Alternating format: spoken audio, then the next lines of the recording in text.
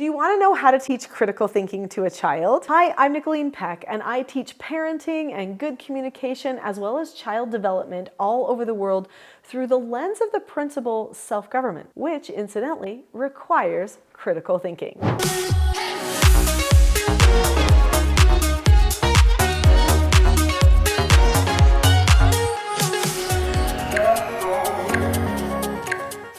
In this video, we're going to be talking about what critical thinking is, why children need it and what they get out of it, and then how to teach critical thinking the teaching self-government way. So what does critical thinking actually mean? Well, I'm just going to go to the definition. The definition of critical thinking is the objective analysis and evaluation of an issue in order to form a judgment. So what does that mean for your child?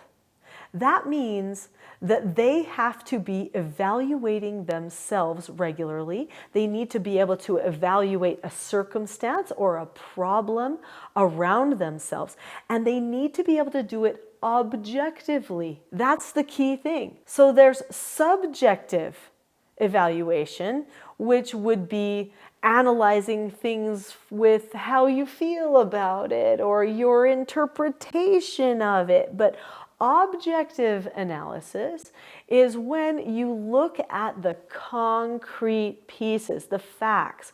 What did I say? What did my face do? What did their body do? What were their words?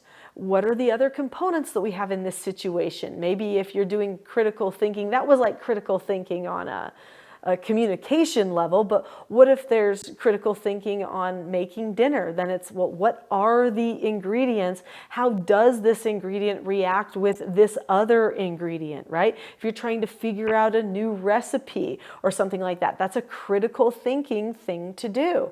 That means that you have to have objective, concrete understanding of the pieces that you are analyzing and working with. And then you can judge best how to use those things to come up with this solution to your problem that's going to involve the critical thinking. So judgments are things we all make all the time, every day. But many of our judgments come from a subjective analysis. So it's how we feel or what we have experienced maybe long before, but it's not necessarily what's happening right now. So because it can't be something that you can tangibly work with or you can prove or analyze specifically, then it's subjective. So we need to work in the objective. Now, I teach parenting in a way where we teach children how to communicate, solve problems, how to get calm, how to be corrected and be okay with that. And we do it with objective language, with skill development, so that they can actually grasp onto what they are doing with their bodies, with their faces, with their communication. This is the most basic, simple way to teach critical thinking to other people. A lot of times when people talk about critical thinking, the first thing that they think of is math and science. And it is true that math and science both are great ways to teach critical thinking. Although almost any discipline, history teaches critical thinking too, if you take time to ask yourself the mathematical why. When you hear a story from history, when you learn about a character from history, you say, why? Why would they do that? What else was going on at that time? Those thoughts, those critical analysis thoughts actually help you to make a determination or a judgment upon that character in history. So any discipline can lead you to critical thinking, but it is true that the scientific way of asking why about everything does lead us to more concrete, objective analysis, usually. I would say that right now in current culture, when it comes to especially our interactions with other people, our go-to is to be subjective. What I feel, what I want, instead of what is happening, who the people are, who I am. Those are all objective pieces of a situation related to communication that many people forget when they're in the heat of the moment. But in a family, what you can do is you can develop a type of communication that teaches your child to think critically, to solve problems just by how they are objectively communicating about circumstances, everyday circumstances, even their feelings maybe, with you. What? You can objectively communicate about your feelings? Yes. If you take a step back and deliberately examine your feelings through an objective lens, you actually can objectively examine your feelings, even though usually feelings lead to subjective examination. If you've been following this channel for a while, then you know that I talk all about the skills and principles of self-government. Self-government is being able to determine the cause and effect of any given situation and possessing a knowledge of your own behaviors so that you can control them. This book right here teaches a lot of the nuts and bolts of self-government. This Parenting a House United is a bestseller. It goes into a lot of details about the skills and principles. You can also find more information at the Teaching Self-Government website. So definitely go and look there. But what a lot of people don't know is that in that book, I talk about something called SOTAs, which is a critical thinking exercise. It helps develop the prefrontal cortex, helps a person engage in good critical thinking. So this book here, which is the SOTAs journal, helps a person go through that problem-solving exercise. So what does SOTAs mean? SOTAs means situations, options, disadvantages, advantages, solutions. So this is a great place for a parent to give a situation for a child to go through all of the other components there, come up with their solution, and then discuss it with the parent, which can lead to then even more critical thinking discussion and further understanding. So SOTAs are just one way that the Teaching Self-Government parenting model helps develop critical thinking. The whole point of self-government is to analyze, to be able to understand the cause and effect in any given situation, and then to analyze yourself so that you are actually focusing on what your causes and effects are, your outcomes related to your goals. That's good critical thinking stuff.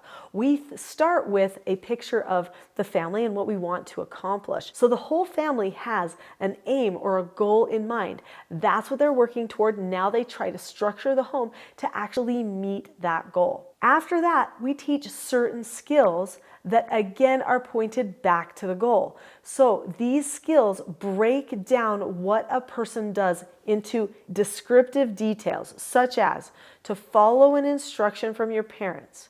You do 5 things.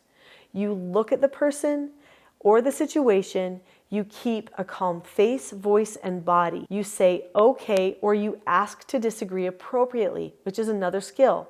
Then you do the task immediately and then check back. Every single one of these 5 steps to that one skill are measurable. You can quantify it and you can do it objectively. Was my face calm?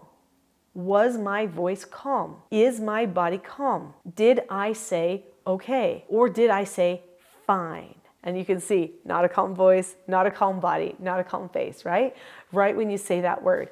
So you can measure all those things. And then what happens is when the parent is doing the correction, they describe the things that they see to help the child critically analyze what's going on within themselves, help the child know what they could have done in an objective way, while they also spend a little bit of time talking about the heart or the feelings and trying to understand the child, of course. But the focus is for the child to be able to recognize that they can do something with all of the components of this. They can take the calm voice and say, why am I not having a calm voice? What can I do in those circumstances to remember to have a calm voice?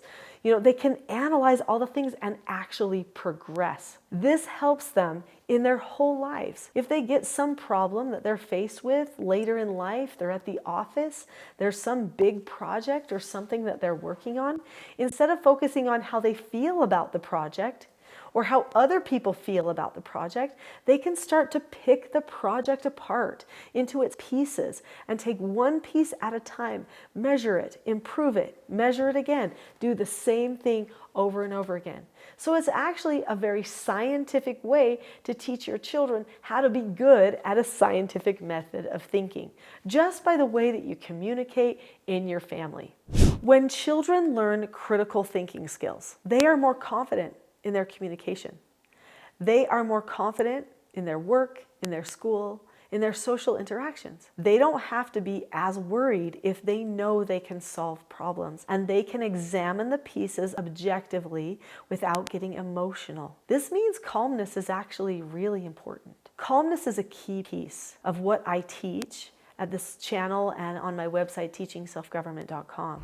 I actually have a calm parenting toolkit that I would like to give you for free. This calm parenting toolkit will help you practice critical thinking about yourself and your children as you help everyone get to calmness in your communication. If you click on the link in the description below this video that says teachselfgov.com/toolkit, then you can have the Teaching Self-Government Calm Parenting Toolkit for free.